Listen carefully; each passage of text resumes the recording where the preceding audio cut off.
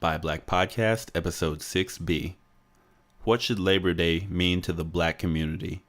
Today we're going to hear stories about Black migration, attempts at labor unionization, and race riots in the early 20th century.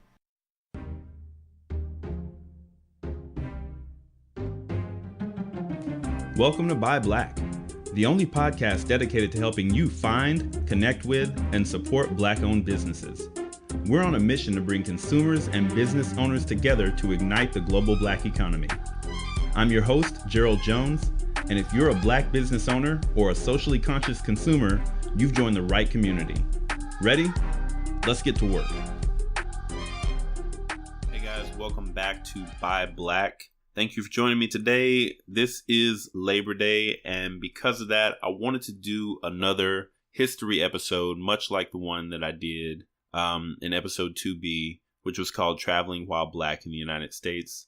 This episode is focused on not only Labor Day, but the history of Labor Day from the perspective of the Black struggle in the United States. So what I want to do today is I'm actually just going to read you guys some selections and portions of articles, one from the Daily Kos and then several of them from Wikipedia, about different struggles that occurred in the early 20th century regarding Black Americans migrating away from the South, moving to larger cities, and then having to fight and struggle for the right to work first, and then also for the right to unionize and actually demand better and equal wages to the white communities that they were there living with and in competition with. And all of this is just basically as a reminder, we always hear about the Civil Rights Act that occurred in 1964 and that entire civil rights movement from the 1950s to the 1960s, and how important it is that we go out and vote, right? Somebody went out and marched for your right to vote. Somebody went out and died for your right to vote. Get out and vote, right? But we don't really hear that history around work and the ability to go and unionize and collectively bargain for wages and benefits, and going out and taking advantage of the fact that we have the ability to work in the United States and expect equal pay because people fought for that for us as well. And so all today's episode is about is just a reminder of some of that history that one goes around the formation of Labor Day in the United States, but then also our labor movement as a Black community and the struggles that generations before us had to go through just to try to work and take care of their families safely in the United States, both in the South and in the North and Midwest, where supposedly Jim Crow wasn't an issue. So I started off by reading just this small segment from the Daily Kos, and then I'm going to go into several of the Wikipedia articles about race riots that happened in the early 20th century in the United States. So first, the Daily Kos. The name of this article is called Labor Day, the Labor Movement, and Black Americans. It was written by Denise Oliver Velez in September of 2015, and I'm only going to take a small segment away from this article, and it reads, Labor Day was nationally established after the Pullman strike of 1894, when President Grover Cleveland sought to win political points by honoring dissatisfied railroad workers. This strike did not include porters or conductors on trains, but for the Black porters, racism fueled part of the workers' dissatisfaction and was never addressed. Pullman porters were Black men who worked in the train's cars, attending to their mostly white passengers, performing such tasks as shoe shining, carrying bags, and janitorial services. During this period, this profession was one of the largest employers of Blacks in the nation and constituted a significant portion of the Pullman Company's workforce, yet Blacks were not allowed to join the Railroad Workers Union. Being excluded from the right to even fight for fair work and wages, the Pullman porters formed their own union called the Brotherhood of the Sleeping Black Porters, the first Black union, and A. Philip Randolph was its first president. That name should sound familiar. The first planned march on Washington was Randolph's brainchild. Set to take place in the 1940s, this demonstration was called off weeks before its kickoff date because President Roosevelt met with Randolph and other civil rights leaders in 1941 and signed an order barring racial discrimination in the federal defense industry. Roosevelt did so to stop the march from happening. So there was one of the first examples of black workers having a fight for their right just to organize and seek better wages in their job. The next several articles that I'm going to bring you are directly from Wikipedia, and they are actual accounts of race riots that happened across the United States between the early 1900s up to about the 1920s. And they all have some themes that repeat themselves over and over again, which really all tie back to, one, competition for work and a jealous and fearful white labor force. Two, accusations of criminal activity, usually by white women against black men. Three, media propaganda used against the black populace in order to rile up the white populace. Four, violence against black people, black businesses, and black homes in response to both the false allegations and the propaganda. And so the first one that we're going to talk about here is going to be the Atlanta race riot of 1906. So again, this comes from Wikipedia, and I'll have the links to all these articles in the show notes for you when we get done. Atlanta considered itself to be a prime example of how whites and blacks could live together in racial harmony. However, with the end of the American Civil War, an increased tension between black and white wage workers began.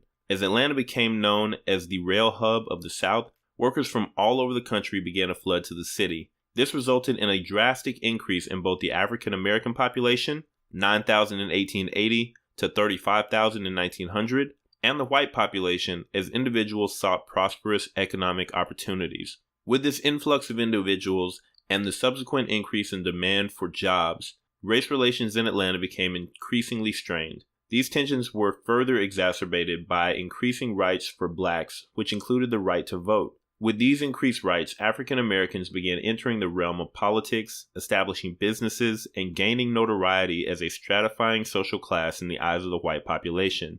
These newly acquired African American rights and status brought increased competition between blacks and whites for jobs and heightened class distinctions. These tensions came to a boil with the Gubernatorial Election of 1906, in which M. Hoke Smith and Clark Howell competed for the Democratic nomination. Both candidates were looking to find ways to disenfranchise black voters because they felt that the black vote could throw the election to the other candidate. Hoke Smith was a former publisher of the Atlanta Journal, and Clark Howell was the editor of the Atlanta Constitution.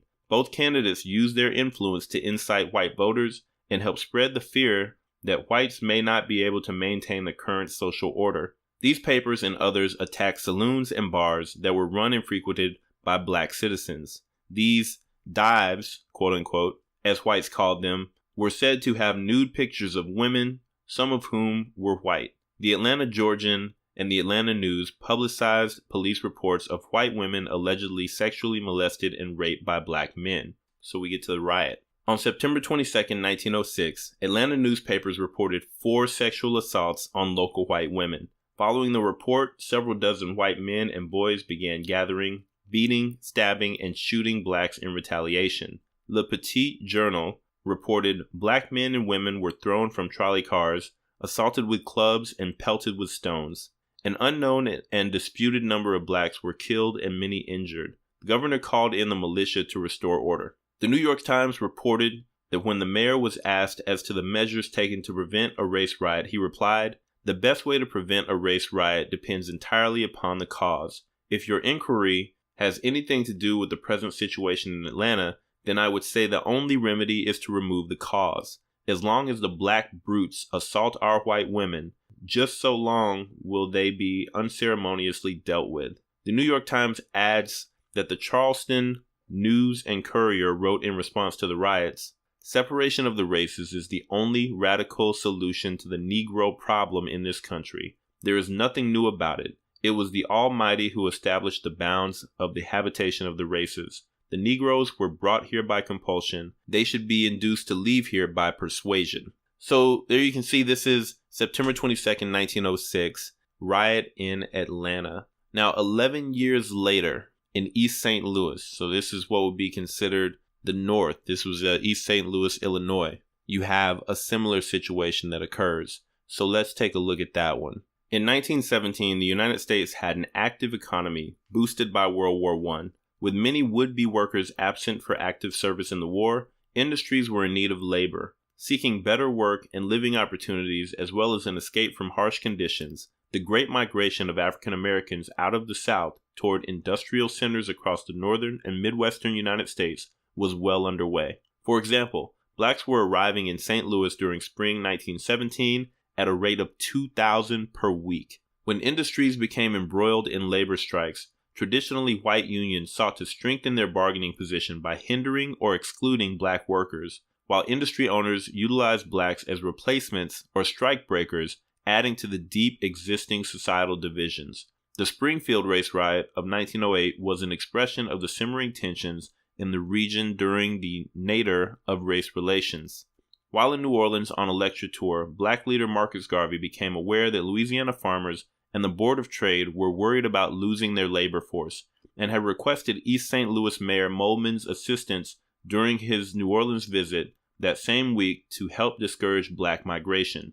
With many blacks finding work at the Aluminum Ore Company and the American Steel Company in East St. Louis, some whites feared job and wage insecurity due to this new competition. They further resented newcomers arriving from a rural and very different culture. In spring 1917, the mostly white workers of the Aluminum Ore Company voted for a labor strike, and the company recruited hundreds of black workers to replace them. Tensions between the groups escalated, including rumors of black men and white women fraternizing at a labor meeting on May 28th. Following the May 28th meeting, some 3,000 white men marched into downtown East St. Louis and began attacking African Americans. With mobs destroying buildings and beating people, the governor of Illinois called in the National Guard to prevent further rioting. Although rumors circulated about organized retribution attacks from blacks, conditions eased somewhat for a few weeks. Following the May disorders, the East St. Louis Central Labor Council requested an investigation by the State Council of Defense, in which they complained that Southern Negroes were misled by false advertisements and unscrupulous employment agents to come to East St. Louis in such numbers under false pretenses of secure jobs and decent living quarters. The tensions between black workers and white workers quickly formed again as no solution to their economic challenges were agreed upon. On July 2nd, a car occupied by white males drove through a black area of the city and fired several shots into a standing group. An hour later, a car containing 4 people, including a journalist and 2 police officers, Detective Sergeant Samuel Coppage and Detective Frank Wadley, were passing through the same area. Black residents, possibly assuming they were the original suspects, opened fire on their car, killing one officer instantly and mortally wounding another. Later that night, thousands of white spectators who assembled to view the detective's blood-stained automobile marched into the black section of town and started rioting. After cutting the water hoses of the fire department, the rioters burned entire sections of the city and shot inhabitants as they escaped the flames. Claiming that Southern Negroes deserved a genuine lynching, they lynched several blacks. Guardsmen were called in, but accounts exist that they joined in the rioting rather than stopping it. More joined in, including allegedly 10 or 15 young girls about 18 years old who chased a Negro woman to the relay depot at about 5 o'clock. The girls were brandishing clubs and calling upon the men to kill the woman. After the riots, the St. Louis Argus said the entire country has been aroused to a sense of shame and pity by the magnitude of the national disgrace enacted by the bloodthirsty rioters in East St. Louis Monday, July 2nd. So in this particular riot, it was estimated that over 100 black people were killed. Again, all over false accusations of misbehavior and jealousy and fear about labor competition. So 2 years later, in 1919, actually 1990 is a pivotal year in this type of violence. It was actually known as the Red Summer. Between May and October of 1919, there were over 20, in fact, there were 33 riots across the United States of white communities going in and attacking black communities over labor, false accusations, and media propaganda. Specifically, we're going to talk about 3 of those: the Chicago riots, the Omaha riots, and riots that happened in Elaine, Arkansas. So first, let's visit the Chicago riot. Unlike southern cities at the time, Chicago did not segregate most public accommodations. According to Walter Francis White of the NAACP, Pre-1915 Chicago had a good reputation for equitable treatment of African Americans. However, unofficially, early 20th century Chicago beaches were racially segregated. African Americans had a long history in Chicago, the city sending its first African American representative to the state legislature in 1876. However, the black population in 1900 was only about 1%, while it expanded dramatically in the early years of the century. Most Irish Americans and African Americans competed for low-end jobs, causing tension between the groups. By 1910, thousands of African Americans were moving from the South to Chicago as a major destination in the Great Migration to northern and midwestern cities, fleeing lynchings, segregation, and disenfranchisement in the Deep South. The revived Ku Klux Klan committed 64 lynchings in 1918 and 83 in 1919 in southern states, with industrial jobs in the stockyards and meatpacking industry opening as European immigration was cut off by World War I. From 1916 to 1919, the African American population in Chicago increased from 44,000 to 109,000, a 148% increase during the decade. The growing African American population settling in the South Side bordered a neighborhood of Irish Americans existing since the mid-19th century, and the two groups competed for jobs and housing. African American migrants arrived after waves of immigrants from Eastern and Southern Europe. There were competition and tensions in their relationships too. Ethnic groups were possessive of their neighborhoods, which their young men often patrolled against outsiders. Because of agricultural problems, Southern whites also migrated to the city, about 20,000 by this period. The rapid influx of migrants caused overcrowding as a result of a lack of adequate low-cost housing. In 1917, 2 summers before the Chicago riot, extensive and deadly race riots broke out in the expanding wartime cities of East St. Louis, Illinois, and Houston, Texas, influencing the violent events of Red Summer across the nation and in Chicago. The post-war period also found tensions rising in numerous cities where populations were increasing rapidly. People from different cultures jostled against each other and competed for space. In 1917, the Chicago Real Estate Board established a policy of block-by-block segregation. New arrivals in the Great Migration generally joined old neighbors in the South Side. By 1920, the area held 85% of Chicago's African Americans, middle and upper class and poor. In the post-war period, veterans of all groups were looking to re-enter the workforce. Some whites resented African American veterans. At the same time, African American veterans exhibited greater militancy and pride as a result of having served to protect their country. They expected to be treated as full citizens after fighting for the nation. Meanwhile, younger black men rejected the passivity traditional of the South and promoted armed self-defense and control of their neighborhoods. In Chicago, the Irish dominated social and athletic clubs that were closely tied to the political structure of the city. Some had acted as enforcers for politicians. As the first major group of 19th century European immigrants to settle in the city, the Irish had established formal and informal political strength. In Chicago, ethnic white gangs had been attacking people in African American neighborhoods, and the police, overwhelmingly white and increasingly Irish American, seemed little inclined to try to stop them. Meanwhile, newspapers carried sensational accounts of any African American allegedly involved in a crime. An example of territory was the Bridgeport community area, an ethnic Irish neighborhood just west of the Black Belt. The Irish had long patrolled their neighborhood boundaries against all other ethnic groups, especially African Americans. One group, known as the Hamburg Athletic Club, whose members included a 17-year-old Richard J. Daley, future mayor of Chicago, contributed to gang violence in the area. All that was background to the actual riot. Long-standing racial tensions between whites and blacks exploded in 5 days of violence that started on July 27, 1919. On that hot summer day, on a segregated Chicago beach, a white man was throwing rocks at black swimmers in the water at a beach on the South Side, which resulted in Eugene Williams' death. Tensions escalated when a white police officer not only failed to arrest the white man responsible for Williams' death, but arrested a black man instead. Objections by black observers were met with violence by whites. Attacks between white and black mobs erupted swiftly. At one point, a white mob threatened Providence Hospital, many of whose patients were African American. The police successfully held them off. The riot lasted almost a week, ending only after the government had deployed nearly 6,000 National Guard infantrymen.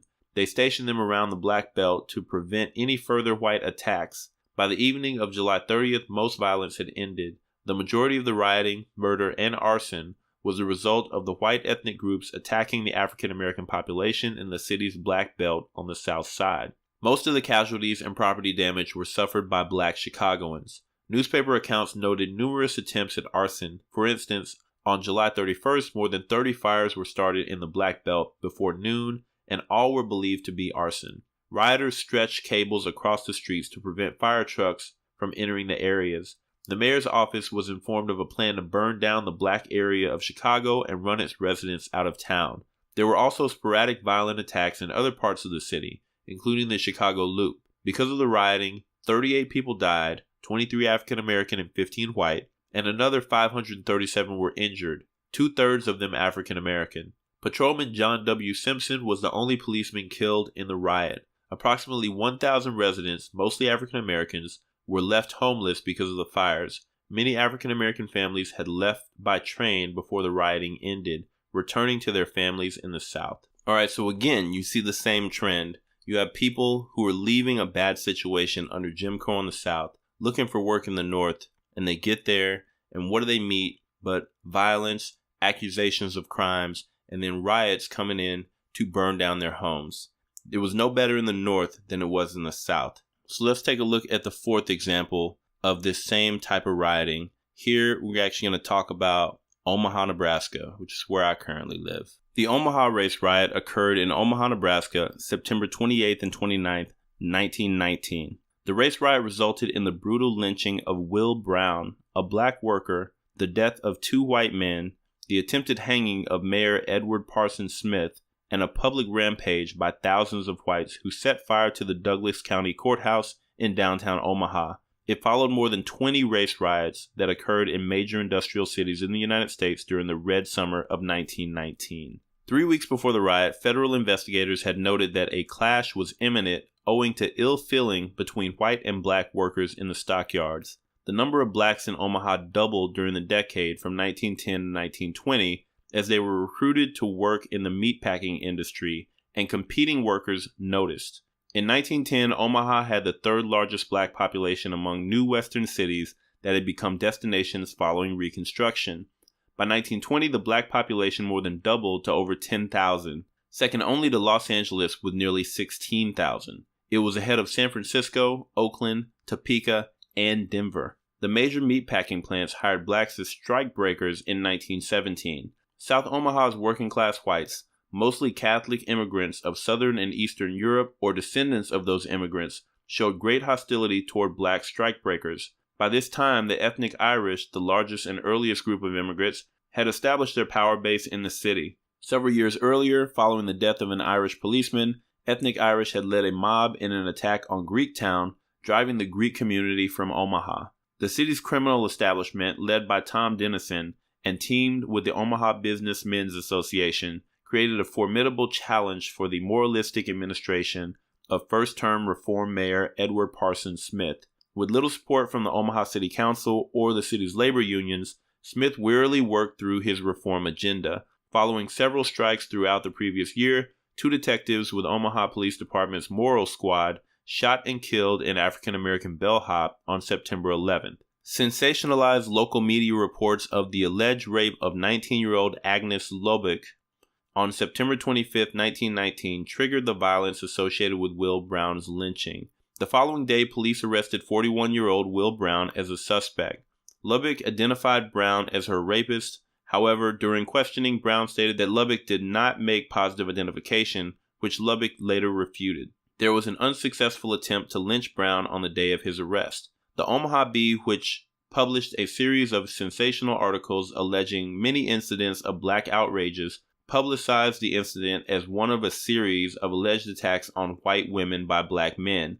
A political machine opposed by the newly elected reform administration of Mayor Smith controlled the Omaha Bee. It highlighted alleged incidents of black criminality to embarrass the new administration. At about 2 p.m. on Sunday, September 28th, a large group of white youths gathered near the Bancroft School in South Omaha and began a march to the Douglas County Courthouse, where Brown was being held. The march was intercepted by John T. Dunn, chief of the Omaha Detective Bureau, and his subordinates. Dunn attempted to disperse the crowd, but they ignored his warning and marched on. 30 police officers were guarding the courthouse when the marchers arrived. By 4 p.m., the crowd had grown so much larger. Members of the crowd bantered with the officers until the police were convinced that the crowd posed no serious threat. A report to that effect was made to the central police station, and the captain in charge sent 50 reserve officers home for the day.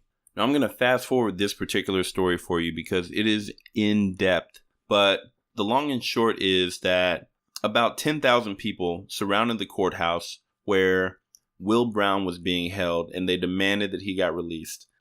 These folks, when the police would not release him, they broke into pawn shops and stores in the business district, and they basically stole a bunch of guns, and they came back and they shot up the courthouse. And then they went in and they lit the courthouse on fire, floor by floor, making their way up to the 4th floor, where basically over 100 prisoners and multiple officers were holed up with a fire burning below them and people standing outside refusing to allow ladders to be put up the building for these guys to get down. And so this entire crowd was willing to burn down the whole city's courthouse in order to get one prisoner and lynch him for a rape that never happened.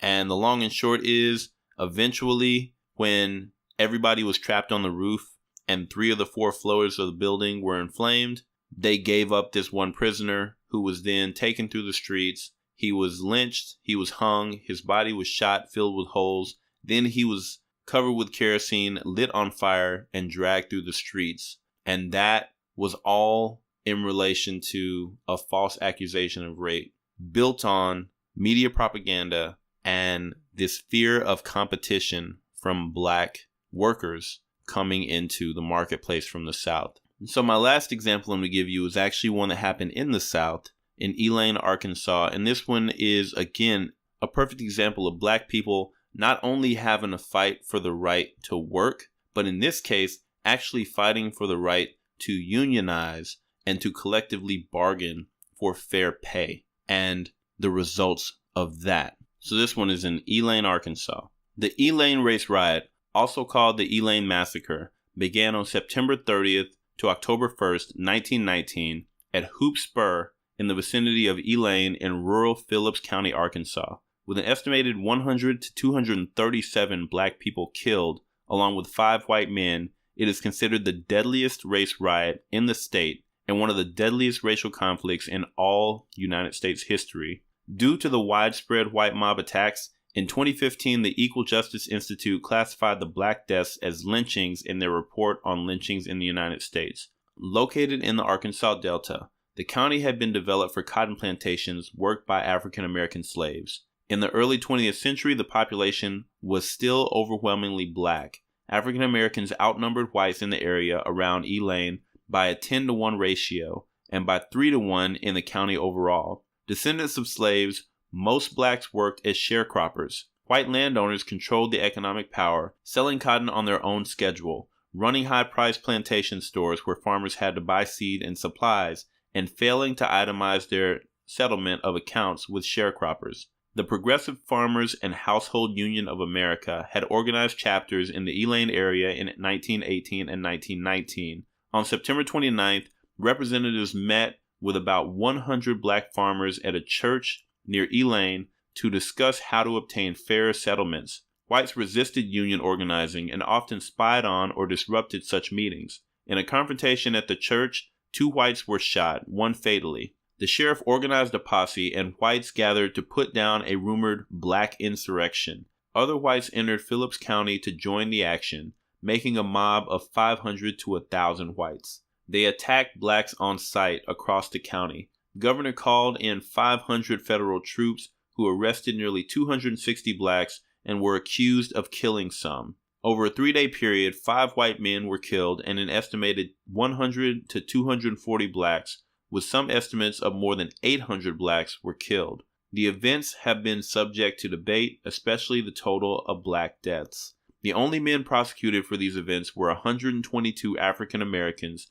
with 73 charged with murder. 12 were quickly convicted and sentenced to death by all-white juries for murder of the white deputy at the church. Others were convicted of lesser charges and sentenced to prison. So there you have 5 stories of what were called race riots in the United States in the 19-teens. And this doesn't even include other larger events that happened later, like the Tulsa Greenwood, Oklahoma riot in 1921 that tore down the actual Black Wall Street, as it was known at the time. I could go on with 15, 20, 30 other examples of Black communities having to first deal with Jim Crow, segregation, lynchings in the South, and then they try to escape that and go north, and then they have to fight for their right to work, and then have to fight for their right to actually organize and unionize so that they could get fair wages. And in all of that, all it takes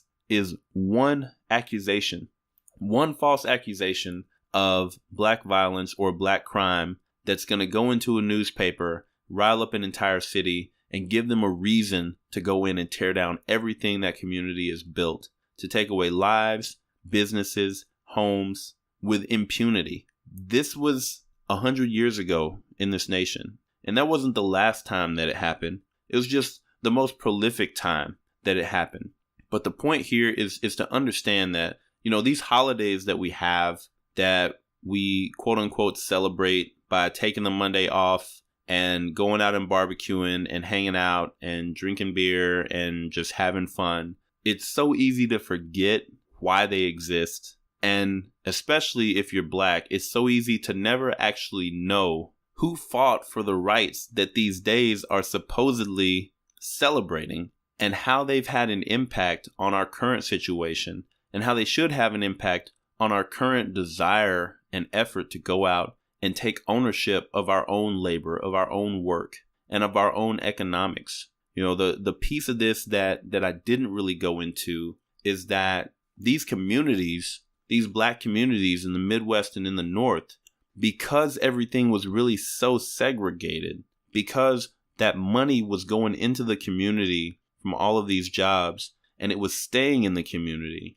and we were able to build our own businesses in those locations and let that dollar circulate, wealth started to grow in our communities much faster than it grew in other communities during that time. Because we were segregated, because we weren't allowed to go and spend our money elsewhere, so we only spent it internally. And when you spend $1 within your own community and it keeps rotating over and over, it grows, and wealth grows inside that community, and more people begin to reap the benefits of that. And that's what we're trying to do today. When we talk about Buy Black, you talk about build the new Black Wall Street. That's what we're referring to, like literally referring to Greenwood, Oklahoma, which was destroyed in one of these race riots in 1921, which before that was literally the most wealthy Black community in the United States. At one point had more money circulating in it in a day than the actual Wall Street in New York City. And it was destroyed. It was physically destroyed by a community that was jealous of the Black wealth within that community. It was so bad that in this one, they actually used airplanes and dropped kerosene and nitroglycerin on top of this community just so that they could make sure they burned the whole thing down. This is our history in the United States. This is our history as Black people in the United States. We used to have these skills. We used to build our own businesses and take care of our own communities and teach entrepreneurship to our kids so they could go out and build their own businesses. And every time we did that, it was snatched away from us. It was taken away from us. And so eventually those skills atrophied. We don't get those skills a lot of times in our communities these days. I know I didn't. I never learned anything about entrepreneurship. And most of the people that I talk to say the exact same thing. And so now we're in a situation where, I highly doubt that if you had a Black community that was internally owned, the land, the businesses, and that money was circulating inside that community today in 2017, this is no longer 1917. If we get that back, they can't take it away from us again. I'd be hard pressed to believe that you'd have the same exact situation happen again in 2017. But now nobody has to worry about it because those skills have atrophied in our community, and we're not in any rush to try to get them back. We're not in any rush to try to take ownership of our own labor, of our own communities, of our own economics, like we had to back during the days of Jim Crow. But that's what we're here for. That's what this podcast is about, is sharing those stories from our history, sharing those skills that we can use to start building our own again, and sharing stories of those business owners who are already out there in the community that you can drive your dollar to in order to get it circulating within the Black community. That's what this is all about. I know it's a huge experiment, and I know that this podcast is not the first entity to advocate for this, but the more the merrier. The more of us that get out here and actually understand that supporting the Black community economically from within, supporting Black entrepreneurship economically from within, is the only way that we are actually going to move into a position where we can take control of our own destiny again. And this time, people can't just walk into our communities and burn them down. We've just got to put in the effort to build it up again. So join with me to make that happen.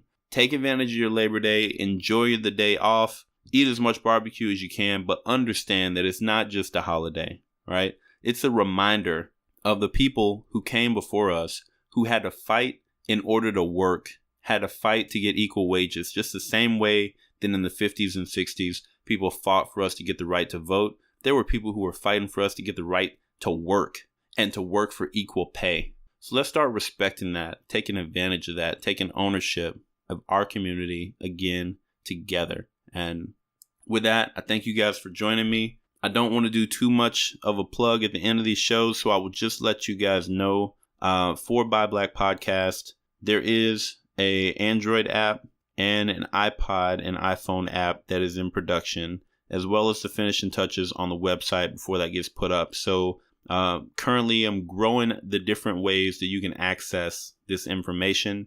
And as soon as those things are up and running, I will let you know. In the meantime, if you like the content of this episode, if you want to share this history and knowledge with anybody, I just want you to do me one favor. Just click on that share button right there on your podcast app and send this to Facebook, Twitter, or your favorite social media site for this one episode. You do that for me, I really appreciate it. Other than that, thanks again for joining me today. We'll catch you next time. Y'all have a great Labor Day weekend. Thank you for being part of the Buy Black podcast community. If you've enjoyed today's show, be sure to leave us a 5-star rating and review on iTunes. Join us next time for another empowering episode.